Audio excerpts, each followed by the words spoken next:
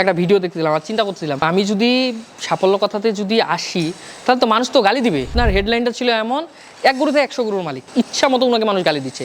আমি এখন চিন্তা করতেছি যে আমি 5 গরু থেকে আজকে 50টা করছি, মানুষ শুনে আমরা তো গালি দিবে সেমভাবে। 5 গরু থেকে 50টা গরু কিন্তু একদিনে হয় নাই। এইটা হইতে দীর্ঘ 7টা বছর সময় লাগছে। আর তার থেকেও মজার বিষয় 4 বছর লাগছে হলো মাত্র 5 থেকে 8টা হইতে, কিন্তু 8 থেকে আপনার এই পর্যন্ত আসতে সময় লাগছে মাত্র 3 বছর। এখানে আমি এসেছিলাম আমার নিজের কর্মসংস্থান খোঁজার জন্য, অর্থাৎ আমি কি করব, কিভাবে চলবো, আমি আমার ভবিষ্যৎ জীবন কিভাবে পরিচালনা করব, মানে আমার নিজের ইনকামের একটা রাস্তা খোঁজার জন্য আমি এই খামারে এসেছিলাম। কিন্তু আলহামদুলিল্লাহ আমাদের সেই ছোট্ট পরিসরে করা খামারটা, যেটা আমরা প্রথমে পারিবারিকভাবে শুরু করছিলাম, এখন এই খামারে আমরা টোটাল 10 জন মানুষ কাজ করি, যার মধ্যে 3 জন হলাম আমরা নিজেরাও কর্মচারী, পাশাপাশি আমাদের এখানে 6 জন পুরুষ 1 জন মহিলা, 7 জন মানুষের কর্মসংস্থান হয়েছে, যেই মানুষগুলো আমাদের এই খামারের উপর কিন্তু নির্ভরশীল। আমাকে যখন দেখে মনে করেন যে অনেকে মনে মনে হয়তো বা সামনে না বললেও পিছনে চিন্তা করে যে এই ছেলে তো গরু পালন করে, অথচ আলহামদুলিল্লাহ আমি মানে বলতে পারি আমি এই জায়গায় দাঁড়িয়ে যে আমি এই গরু পালন করে আজকে মাস গেলে অনায়াসে আমার এখান থেকে না হলে আমি সব খরচা বাদ দিয়ে 2 লক্ষ টাকা প্রফিট করতে পারি, যেটা আমি ব্যবসা না করলে, আমি যদি কোনো কাজ যদি করতাম বা কোনো চাকরি করতাম, কখনোই আমি করতে পারতাম না। অথচ এই কাজটা যখন আমি শুরু করি তখন আমার পুঁজিও 2 লাখ টাকা ছিল না। কাজ যখন প্রতিনিয়ত করবেন ওই কাজে আপনি দক্ষ হবেন, আর যখন দক্ষ হবেন মানুষের বিশ্বাস অর্জন করতে পারবেন, আর যখন মানুষের বিশ্বাস অর্জন করতে পারবেন তখন আপনি ভালোভাবে আগাতে পারবেন। আর যদি আপনি আজকে এই কাজ, কালকে ওই কাজ, পরশু ওই কাজ, এরকম যদি ঘন ঘন নিজের যদি কর্ম পরিবর্তন করেন, কখনোই কোনো কর্মতে আপনি স্থির হতে পারবেন না, ভালোভাবে সে কাজটা শিখতেও পারবেন না, ভালো কিছু করতে পারবেন না। আসসালামু আলাইকুম বন্ধুরা, কেমন আছেন সবাই? দেশ এবং দেশের বাইরে যে যেখান থেকে এই মুহূর্তে আমাদের আজকের এই প্রোগ্রাম দেখছেন সকলকে স্বাগত জানাচ্ছি। দর্শক বন্ধুরা, আজকের এই প্রোগ্রামটি সম্পূর্ণ শিক্ষণীয় একটি প্রোগ্রাম হবে। এর আগে আপনাদের একটি প্রোগ্রাম দেখিয়েছিলাম দিনাজপুর বোসাগঞ্জ উপজেলার সেতাবগঞ্জ বাজারের পাশে সেতাবগঞ্জ এলাকার নাদিম এগ্রোর স্বত্বাধিকারী নাদিম ভাই পরিকল্পিতভাবে কোরবানি ঈদকে ঘিরে মোটা তাজাকরণ গরু প্রস্তুত করেছেন। বিগত পর্বে আমরা নাদিম ভাইয়ের উদ্যোক্তা হওয়ার গল্পটি জানতে পারিনি। আজকের পর্বে তার এক অংশ আমরা আপনাদের দেখাবো। আমাদের সাথে থাকুন, চলুন শুরু করা যাক।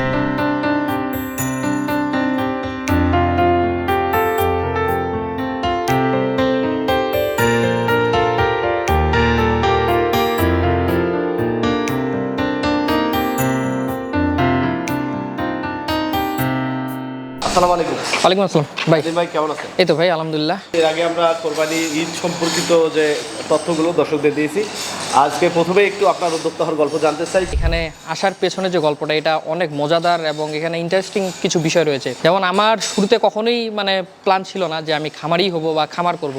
আসলে এই চিন্তাধারা নিয়ে আমাকে ছোট থেকে বড়ও করা হয় নাই, বা আমার মাথায় আসলে এই চিন্তাটা কোনোদিন আসেও নেই। আমার বয়স 14-15 বছর, তখন থেকেই মনে করেন যে আমার মাথায় একটা জিনিস চিন্তা ঘুরপাক খাইতো যে আমাকে ইনকাম সোর্স একটা বের করতে হবে। তো সেই থেকেই আমার প্রথমে মাথায় আসে যে আমি পড়ালেখার ফাঁকে ফাঁকে আমি আপনার মোবাইল টেকনিশিয়ানের যে কাজগুলো 2013 থেকে 15 সাল পর্যন্ত আমি মোবাইল টেকনিশিয়ানের কাজগুলো শিখি। আমি কাজকে কখনোই ছোটোভাবে দেখিনি। আমি চিন্তা করতাম যে কাজ শিখলে এখানে লাভ আছে। আমার 2 মামা, তার মধ্যে ছোটো মামা হলো মোবাইল টেকনিশিয়ান ছিল, তো আমি ওনার সাথে ওনার দোকানে বসতাম। আমার বড় মামা ছিল সেই সময় সৌদি আরবে, তো উনি আমাকে বলে কি যে তুমি যদি এই কাজটা শিখতে পারো, এই সৌদি আরবে এই কাজগুলোর প্রচুর ডিমান্ড আছে। এইখানে অনেকে দামি দামি ফোন যারা ব্যবহার করে, তারা এই ফোনগুলো ব্যবহার করার পর যখন নষ্ট হয়ে যায় ফোনগুলো ফেলে দেয়। এখানে মানে এগুলো ডাস্টবিনের জায়গায়, এগুলো মানে এখানে যে ঠিক করবে এই ধরনের মানে কোনো ব্যবস্থা নেই। তো তখন আমার মাথায় একটা চিন্তা ঢুকলো যে নাই, এই কাজগুলো শিখে যদি দেশে বাইরে যেতে পারি তাহলে তো আরও মানে ফিউচারটা আমার আরও বেশি ভালো হবে। পর্যায়ে তো এগুলো নিয়ে যখন বাইরে যেতে গেলাম, পরবর্তীতে দেখলাম যে না, যতটা আসলে সহজ ভাবি ততটা সহজ না, এখানে কঠিন আছে। এই কাজগুলো নিয়ে যদি বাইরে যায় কাজ করি, এগুলো দেশে এসে এসে জিনিসপাতি নিয়ে আবার যাইতে হবে। তো তারপর এই চিন্তাটা বাদ দিলাম। দেওয়ার পর আমার মাথায় তখন মানে ওই যে বাইরে যাওয়ার চিন্তাটা, তো এই বাইরে যাওয়ার চিন্তাটা আমার মাথায় তো এতদিনে ঢুকে গেছে। আমি তখন করলাম কি, এর ফাঁকে ফাঁকে আবার ড্রাইভিংয়ের কাজও শিখেছি, যে আপনার বাইরের দেশে গেলে অনেক সময় আপনার ড্রাইভিং ভিসায় গেলে মোটামুটি ভালো বেতনের চাকরি পাওয়া যায়। আমার ইলেকট্রনিকের কাজও জানা আছে। সব কিছু শেখার পরও দেশে যাওয়া নিয়েই মানে আরও ভালো ভিসা ট্রাই করতে করতে 17 সালের দিক আমি আপনার চিন্তা করলাম যে আপনার সৌদি আরবে জেদ্দা বিমানবন্দরে ওই সময় মানে এই ভিসাগুলো পাওয়া যেত, ওয়ার্কারের ভিসাগুলো, যে বিমানবন্দরের ভিসা নিয়ে আমি যাব। আমাকে যে কোনো কাজ দেখে, তারা ক্লিনারের কাজ দিলেও আমার কোনো লজ্জা নেই, আমার কোনো কষ্ট নেই। মানে আমার কথা হলো আমার যে কোনো টাকা লাগবে, তো আমি ওই জন্য ওয়ার্কারের ভিসা খুঁজতেছিলাম। তো এটার জন্য তো ট্রাই করতে করতে পরবর্তীতে মেডিকেলও করছি। আমি আমার জীবনে 2বার মেডিকেল করছি বিদেশ যাওয়ার জন্য। তো সর্বশেষ যখন মেডিকেল করার পর কিছুদিন পরে করোনা চলে আসে, যে সময়টার জন্য মোটামুটি এই কাজগুলো স্থগিত হয়ে যায়। তখন মানে দেখি যে না, এটা একটু সময় লাগবে। কিছুদিন পর আবার দেখি করোনাকালীন সময়ে অলরেডি যারা আছে দেশের বাইরে তারা অলরেডি চলে আসা শুরু করছে। মানে ইনকাম নাই, অনেককে বের করে দিচ্ছে, অনেকে চলে আসছে বিভিন্নভাবে। মানে সৌদি আরবে মনে করেন যে লোকজন যারা ছিল অনেক লোক চলে আসছে, আর আমার যত টার্গেট আমি সৌদি আরবে যাবো এই টার্গেট ছিল।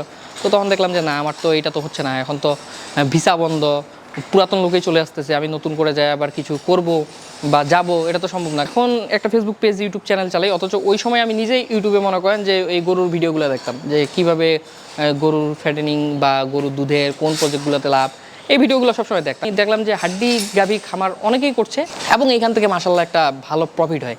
প্ল্যান প্রোগ্রাম হলো যে না, আমি হাড্ডি গাভীর খামার করব। সেই হিসাব করেই বলা বাসায় যে আমি হাড্ডি গাভীর খামার করতে চাই। তো আমি দেখতাম 25 দিয়ে একটা গরু বা 26 দিয়ে একটা গরু কিনে 10,000-12,000 খরচ করে যদি আমি 45,000 পাই বা 50,000 পাই, ওই গোটাতে 10,000-12,000 পর্যন্ত প্রফিট সম্ভব। এখন ওই সময় মনে করেন যে এক গরুতে 10-12,000 প্রফিট মানে আমার মানে ওইটা আমার কাছে বিশাল কিছু। তো আমি যখন মানে খামারটা করি তখন আমাকে বাসা বলা হলো, যেহেতু তোমার পূর্ব অভিজ্ঞতা নাই, যে গরুগুলো বাসার গরুগুলো আছে তুমি এগুলো আগে মোটা তাজা করো, যদি মোটা তাজা করে যদি এখান থেকে ভালো কিছু হয়, লাভ হয়, তাহলে হ্যাঁ এই প্রজেক্টটা দিব। তোমার এখানে লাভেরও দরকার নেই, যদি খালি লস না হয়, আসলে যদি থাকে তারপরে তুমি খামারটা করবা। অন্তত লস না হলে অন্তত এটা বোঝা হবে যে এখন হয়নি ভবিষ্যতে হবে। এগুলো আমি ব্যাপারীকে দেখাই, দেখানোর পর ব্যাপারী ওই সময় ওই গাভিগুলো আমাদের 1,30,000 টাকা বলে। গরুগুলো আমরা বিক্রি করি না, বিভিন্ন জনকে দেখায়, আইডিয়াটা জাস্ট নেই। এটা ছিল মানে আমাদের আইডিয়া নেওয়ার একটা প্রয়োজন আর কি। তো এই গরুগুলো নেওয়ার পর এই গরুগুলোকে মানে খাবার দাবার দেই, দিয়ে পালন করি। 1-1.5 মাস যাওয়ার পর আর ধৈর্য কুলায় না আমার। তো এই গরুগুলা 1-1.5 মাস পালার পর মানে যখন আর ধৈর্য কুলায় না, আমি তখন মানে চিন্তা করলাম যে না, এই অবস্থায় বিক্রি করে দিই, দেখি কী হয়। বিক্রি করার পর 1,76,000 টাকা বিক্রি করি এবং বিক্রি করার পর দেখা যায় যে ওইখানে মোটামুটি 15-16,000 টাকা আমাদের প্রফিট টিকতেছে। তো এটা দেখার পর বাসার মানুষজন তো দেখলো যে না, এখানে তো হচ্ছে এবং মোটামুটি জিনিসটাও ভালো। তারপর বাসার মধ্যে খামার করি, ফ্যামিলি মানুষও হেল্প করতে পারে, বাড়তি কোনো লোকজনের প্রয়োজন হচ্ছে না। এখন শেড, কিন্তু তখন ছিল গোয়াল ঘর। তো এই গোয়াল ঘরের ধারণ ক্ষমতা ছিল আমাদের 8 থেকে 9টা গরু মানে ওইখানে বাঁধা যেত। তো অলরেডি 5টা তো আমার তখনই ছিল। পরবর্তীতে আমি ওই 5টা করেই গাভী পালন করতাম। করতে করতে আল্লাহর রহমতে 2022-এর দিকে টাকা তো ওই আছে, কিন্তু আগে যদি ছিল আমি গরু কিনতাম 30,000 টাকার গরু, এখন গরু কিনে দিলাম 50,000 টাকার। মানে জায়গা তো বাড়াইতে পারতেছি না, গরুর উপর মানে ইনভেস্টটা বাড়ানো শুরু করলাম। 19 থেকে 2022 সাল পর্যন্ত আমি খুব মানে পরিশ্রম করছি এই জায়গাটাতে। মানে টোটালি এখানে আমি যুদ্ধ করে করে টিকে থাকছি।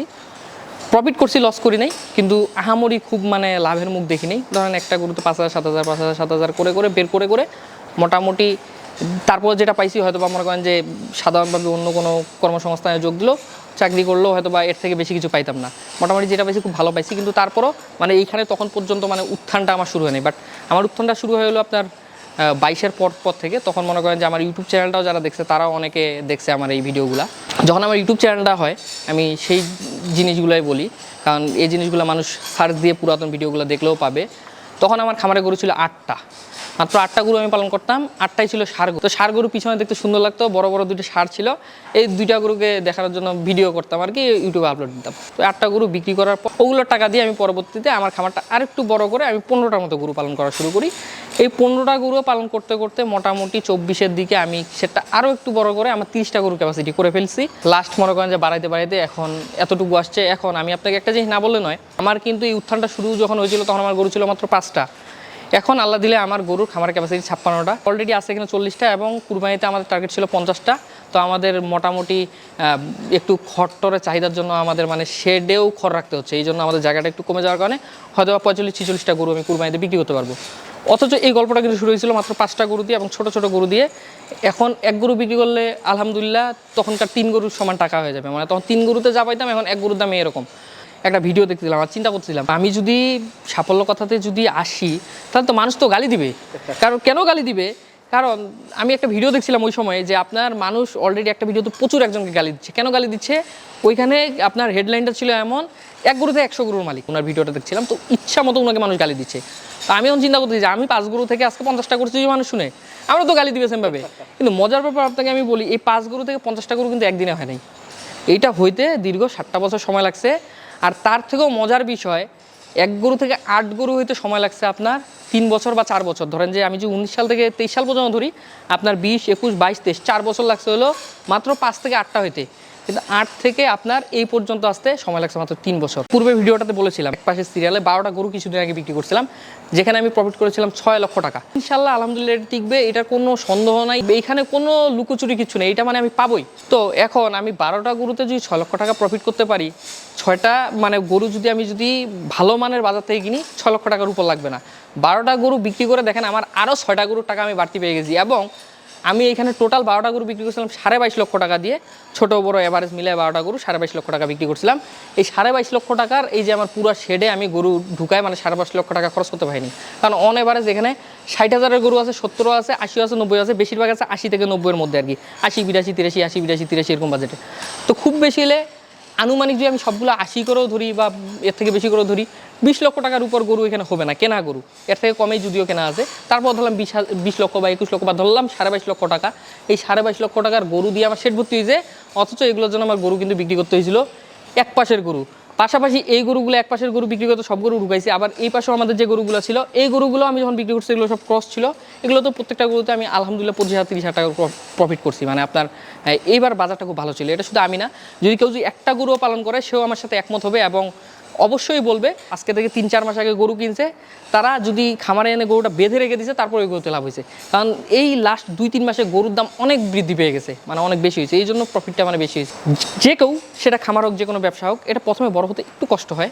আমি গরু একবারে কখনো এই যে 15টা থেকে লাভ দিয়ে 40টা গরুর সেট করে ফেলাইনি, 15টা থেকে 16টা করেছি, 16টা থেকে 17টা করেছি, 17টা থেকে 8, একটা দুইটা করে ভাই কিনে পারিছি।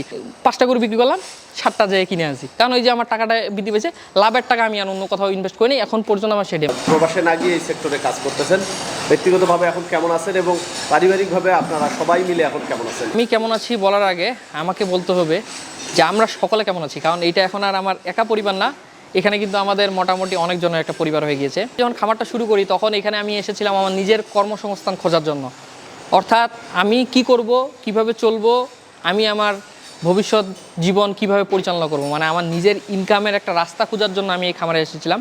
কিন্তু আলহামদুলিল্লাহ আমাদের সেই ছোট্ট পরিসরে করা খামারটা, যেটা আমরা প্রথমে পারিবারিকভাবে শুরু করছিলাম, এখন এই খামারে আমরা টোটাল 10 জন মানুষ কাজ করি, যার মধ্যে 3 জন হলাম আমরা, কারণ আমরা ফ্যামিলি মেম্বার 3 জন, আমরাও কর্মচারী। আমি মনে করি আমি নিজেও কর্মচারী, আমার খামারের সবাই যেহেতু এখানে সময় দেয়, আমরা নিজেরাও কর্মচারী, পাশাপাশি আমাদের এখানে 6 জন পুরুষ 1 জন মহিলা, 7 জন মানুষের কর্মসংস্থান হয়েছে, যেই মানুষগুলো আমাদের এই খামারের উপর কিন্তু নির্ভরশীল। এখন এইখানে দেখেন, এইখানে এসেছিলাম একার নিজের কর্মসংস্থান করার জন্য, তার জায়গায় এখানে দেখেন আমাদের সকলের কর্মসংস্থান হয়ে গেল এবং আলহামদুলিল্লাহ আমরা কিন্তু সকলে ভালো আছি এবং আল্লাহ ভালো রাখছে। শুধু এইভাবে যেভাবে আছি এইভাবে যদি চলতে থাকে আলহামদুলিল্লাহ, আর কিছু চাওয়ার নেই আসলে ভাই এখানে, কারণ আমি চেয়েছিলাম অল্প, পেয়ে গেছি অনেক।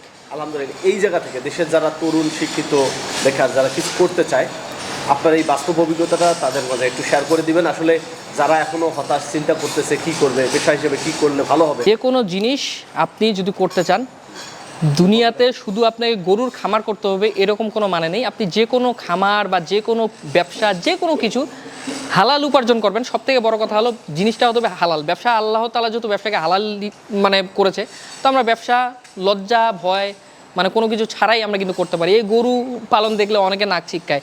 এখনও আমি যদি ছোট্টভাবে বলি, অনেকে মনে করেন যে আমাকে যখন দেখে মনে করেন যে অনেকে মনে মনে হয়তো বা সামনে না বললেও পিছনে চিন্তা করে যে এই ছেলে তো গরু পালন করে।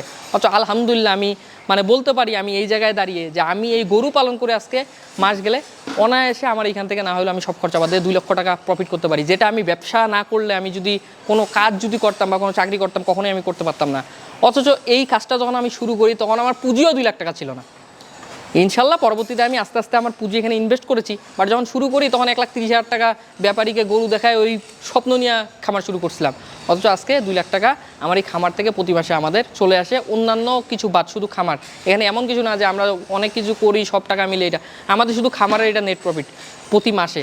এখন কথা হলো যে আপনি যে কোনো জিনিস যখন শুরু করবেন, এটা মনোযোগ দিয়ে যখন করবেন, এটা পিছনে লেগে থাকবেন না, কথা ছেড়ে দেওয়ার কোনো মানেই নেই। লেগে থাকবেন, লেগে থাকলে আজকে না হোক কালকে না হোক এটা একদিন পুষিয়ে যাবে। সহজভাবে যদি বলতে চাই, আপনি কোনো কাজ যখন প্রতিনিয়ত করবেন ওই কাজে আপনি দক্ষ হবেন, আর যখন দক্ষ হবেন মানুষের বিশ্বাস অর্জন করতে পারবেন, আর যখন মানুষের বিশ্বাস অর্জন করতে পারবেন তখন আপনি ভালোভাবে আগাতে পারবেন। আর যদি আপনি আজকে এই কাজ, কালকে ওই কাজ, পরশু ওই কাজ, এরকম যদি ঘন ঘন নিজের যদি কর্ম পরিবর্তন করেন, কখনোই কোনো কর্মতে আপনি স্থির হতে পারবেন না, ভালোভাবে সে কাজটা শিখতেও পারবেন না, ভালো কিছু করতে পারবেন না। কাজে আমার উদ্যোক্তাদের উদ্দেশ্যে এইটাই বলার, যেই খামারেই করেন, খামার শুধু গরুর খামার করতে হবে আর কোনো মানে নাই। আপনি খামার করেন, ব্যবসা করেন, যেটাই করেন সেটা ধরে থাকতে হবে, ধরে থাকলে সাফল্য আসবে ইনশাল্লাহ।